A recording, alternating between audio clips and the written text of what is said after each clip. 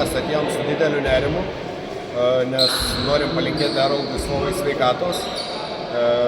Aš pats irgi šiandien negalėjau išbėgti į aikštelę, tai stengiausi būti kaip treneris, vyrus palaikyti morališkai.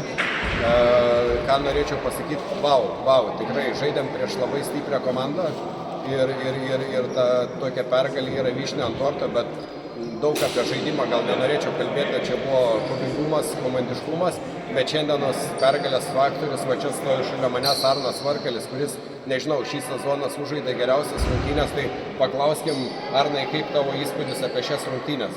Labai geras rungtynės, man labai patiko, visa komanda gerai sužaidėm ir žaidėm tikrai prieš stiprią komandą, aš sakyčiau, vienas stipriausių lygoj, su kuria teko susidurti. Ir kažkaip šiandien pasisekė ir man, kaip sakė Valentinas, ir labai smagu, geros nuotaikas. Labai gaila, kad pralošėm, tikrai pritrūko sumesti laisvus metimus iš po krepšio ir baudų metimus, tai rezultatas būtų visiškai kita pusė ir būtume gal laimingesni. Sveikinam varžovus, išėjo finalą, sėkmės jiems ten ir gausime dėl trečios vietos. Ačiū.